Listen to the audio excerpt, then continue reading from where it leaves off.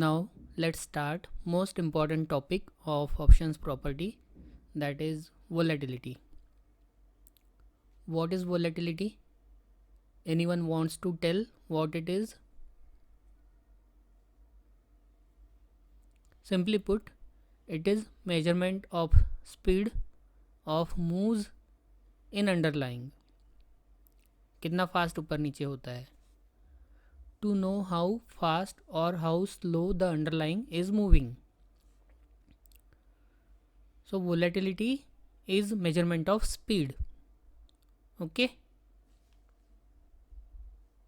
There are two types of volatilities. First is historical volatility and other one is implied volatility.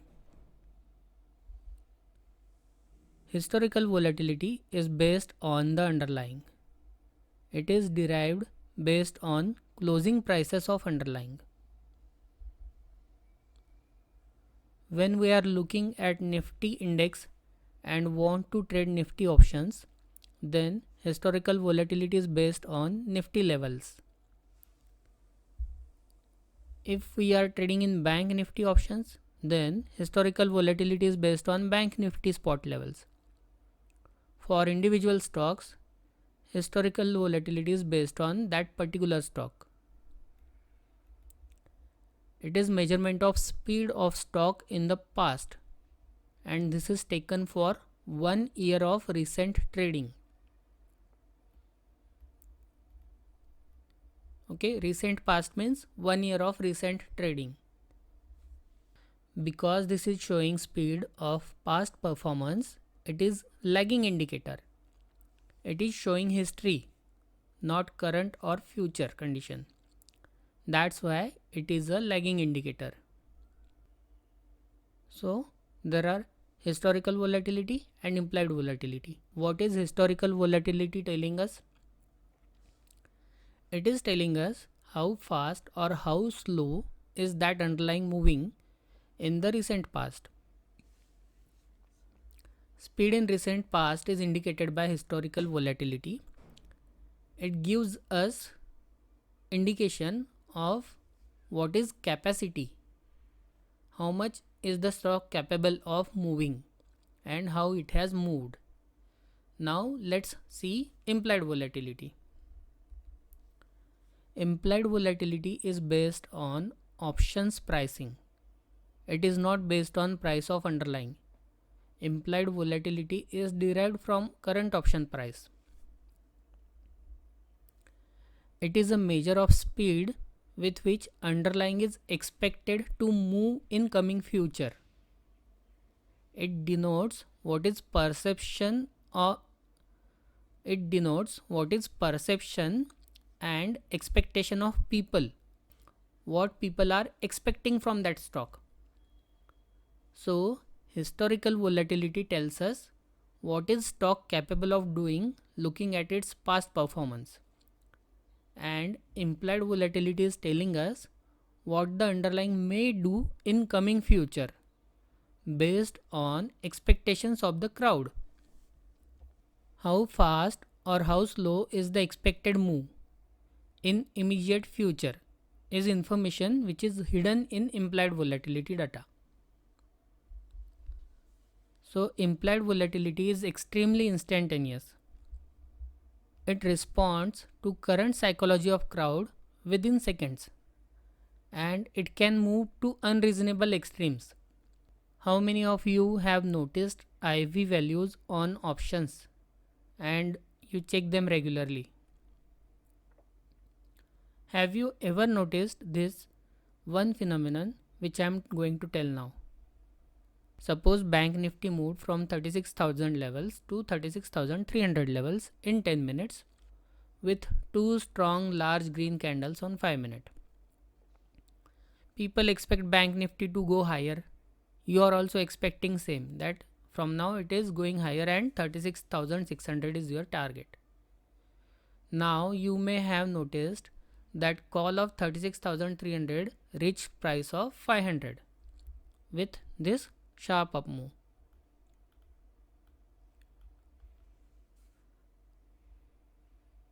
Now there are two retracement candles and you want to buy options so that you can get benefit once 36,600 levels are reached.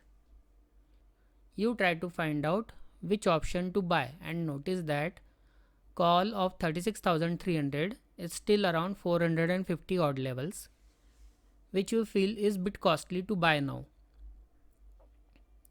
And 36,300 call is hovering around 350 levels.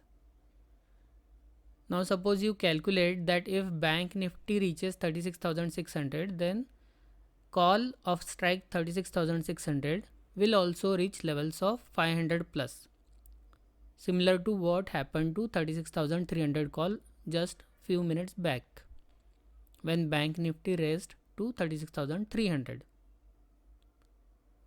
Now with this assumption, you enter call long, means you buy bank nifty call for a strike price of 36,600 at 350. Bank nifty as expected starts moving up, but now the move is slow. Bank nifty goes on to touch 36,600 levels slowly by 3 pm or so. But the option premium, which you expected to rise up to 500 plus levels, has not gone up so much. It may in fact have come down to 300 levels as well. Has anyone noticed this? This happens very regularly in stocks, particularly during results time. We expect increase in price after results are favorable and stock moves as we guess. But even after that, option prices go down. These things happen because of change in volatility. Now can anyone repeat important points of historical and implied volatility? Any questions on this? What is this? I think everyone may be aware of this bell-shaped curve. This is a shape of normal distribution. It was taught to us in PSM. I didn't know if this will be useful ever in my life after exams in PSM. But here it is again. This shows normal distribution of things in most of the things. And here probability of occurrence of common things is in the middle and probability of occurrence of rare things is on left or right of the curve. Central portion is mean of all and mean tends to happen most commonly. In chart for option premium, if we plot this chart with deflated premiums on left side and inflated premium on right side, we will also get same chart. How is this related to volatility and option premiums? Let's go in detail. What is implied volatility? It is expectation of people. People's expectation can vary greatly from time to time. If there is some good news, people turn bullish immediately. And if there is bad news, they turn bearish. There is no end to mood swings. In bullish markets, people just keep buying all breakouts and all high closes, thinking this stock might not correct and will reach sky. They think that this stock might not correct at all and it will reach to sky without taking them with them, taking these people with the stock. In bearish markets, they have no limits for fear. They think this world is going to end and bottom is not forming. All supports are getting broken. This happens during panic phase and their portfolio goes down by 50 to 80% or even lower. This is how usually market participants behave. They keep on buying high and then they sell at bottoms. What can we do? We need to understand this type of behavior and we should know how to take advantage. So how can we take advantage? By understanding how volatility affects option prices, we can take advantage of this. Implied volatility can vary greatly. In any stock, index, commodity, or currency, implied volatility keeps fluctuating. It keeps going up towards panic mode and comes down towards calm mode.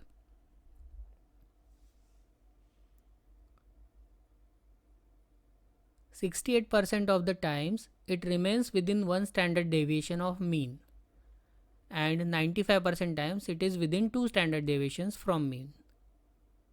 So this is what bell shape curve tells us. What is calm mode? Calm mode means people are not expecting anything major to happen. In panic mode, people are not sure whether it's going up or down and whether it will move 5% or 50%. Maybe everyone is selling because of bad news or bad results when it is moving down. Fear is more prominent in down moves. On the other hand, they may get extremely greedy and pay anything to buy a call option, thinking market is going to keep on making new highs every day. Because of this change in expectation between calm mode to panic mode, same option will be priced differently. Means in panic mode it will have different price, in calm mode it will have different price when everything else is constant, like price of underlying, strike price, time to expiry, interest rate. They are all same, but change is only in mood of public. Mood has its price. So calm mode has different pricing and panic mode has different pricing. Let's see this with an example. If we take a call of 17,000 strike of weekly expiry, now its price is around 117 on the day when I checked. There are 4 days to expiry. VIX was 21.17. If at this point VIX is 13 instead of 21.17, this same option price will come to 62 rupees. And if VIX is 35, price will be 171 instead of 117.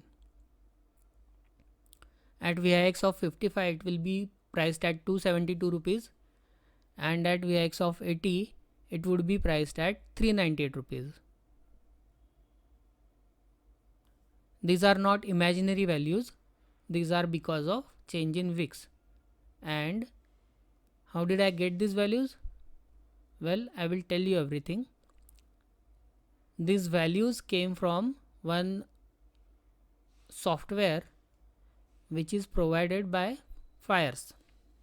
This is provided by one broker. The desktop app has very nice option chain, and we can change VIX. We can check how much is the change in price. There are many things in that. We'll discuss that thing some other day. Now let's discuss the terms inflation and deflation. Options are priced based on probability of movement of underlying and probability of the expected move. People expect price to move with some speed, and price of option is determined by expected speed of rise. Like in our example of farmer, if there is no news of road development, then price of contract was less for near strike contract. But when farmer was aware of the road development, he wanted higher premiums, as price was expected to move more than normal and faster than normal.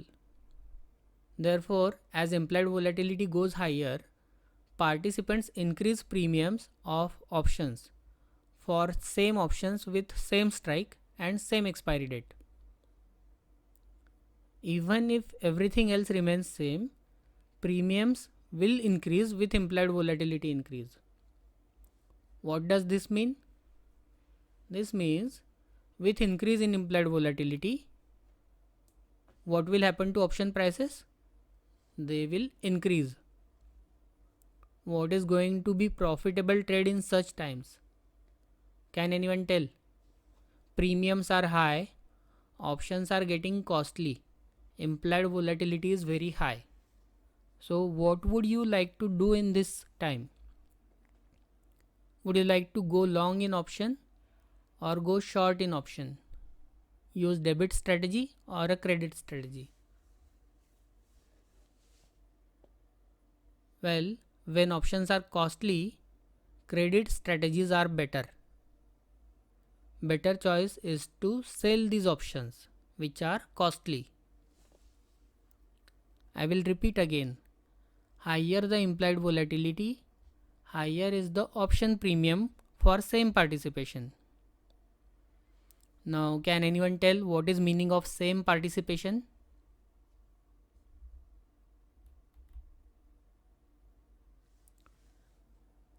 Same participation means, suppose we are looking to buy call option of Nifty at 17,000 strike and our target is 17,300.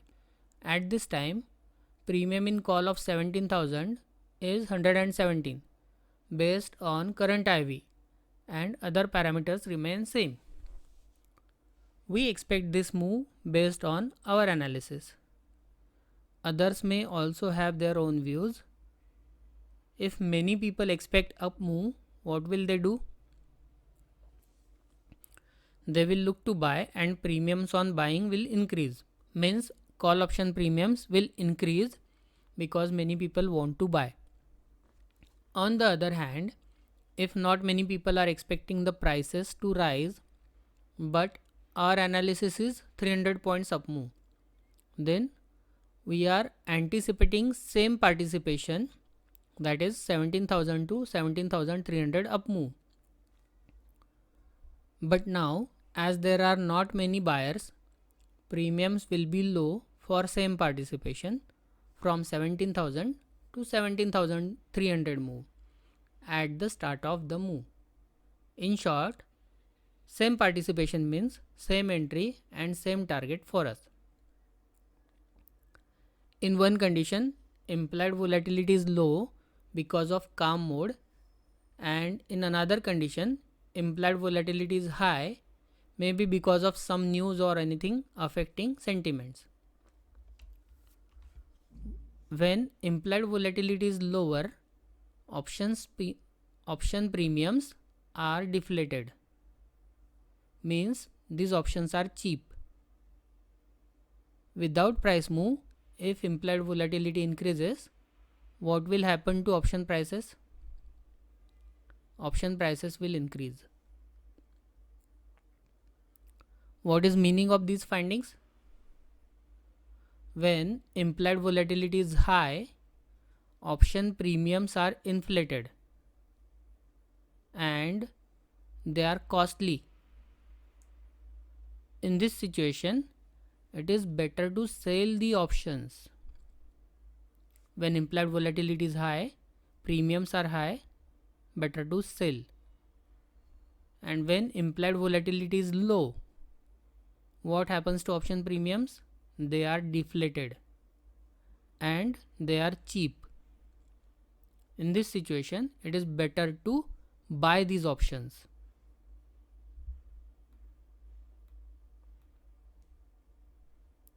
Any questions about this? Any doubts? So decision of whether to buy a call option or whether to sell a put option depends upon this fact. Whether options are cheap to buy or whether they are costly for the strike price selected. Suppose we want to buy 17,000 call of Nifty and premium is 120 and implied volatility is high. means options are costly. Will not get cheap options at 17,100 strike. They will also be costly. If suppose 17,100 call is at 80 rupees, this doesn't mean it is cheaper than 17,000 call. Actually, it may be costlier than 17,100 call. What does this mean? If we are in buying area where we want to trade in options, then decision to buy call or sell put depends upon implied volatility. Buying a call is bullish on underlying. Selling a put is bullish on underlying. So option buying is good when implied volatility is low. Option selling is good when implied volatility is high. And implied volatility is guiding factor for decision making. Is this clear? When to buy, when to sell, when to be a buyer in options, when to be seller in options. Please ask your doubts if you have any. Let us discuss this with an example. Suppose I want to travel by local train during peak traffic hours of local and there is no space even for standing. I have to go in that local. I have one balloon which is inflated. Will it be possible for me to carry that balloon to my stop? That balloon is already inflated, knot is tied and it cannot be opened. So is it not possible to carry this inflated balloon without bursting it? Will it be possible for me? No, it will not be possible. What will I do? I will find someone who is willing to buy that balloon and I will sell it to that person. Then I will travel to my station. Once I reach, I will buy balloon again so that I can take it home for my kid. On the other hand, if balloon is deflated, what will I do? I will keep it in my pocket, travel to my destination without worry of bursting the balloon. So with this, most important question which arises now is, how would we know whether options are inflated or deflated? That is the mystery which we have to solve. Otherwise, what will we achieve by knowing that we should sell options when they are inflated and we should buy them only when they are deflated? Am I right? So equation in our hand right now is, we know we can buy calls or sell puts when we are bullish. So we can do anything out of these two when we are in buying area. We know we can buy puts or sell calls when we are bearish. And we can do anything out of these two things when we are in selling area. But when to do that? ये कैसे और कहाँ से पता चलेगा? Cell कब करना है, बाय कब करना है? When is IV high? Let us solve this problem now. Let's find out whether an options price is inflated or it is deflated. And based on this information, we will decide what is better suited for underlying market condition. Only after this information we can deploy appropriate strategies. Is this logical step for now? Let's go then.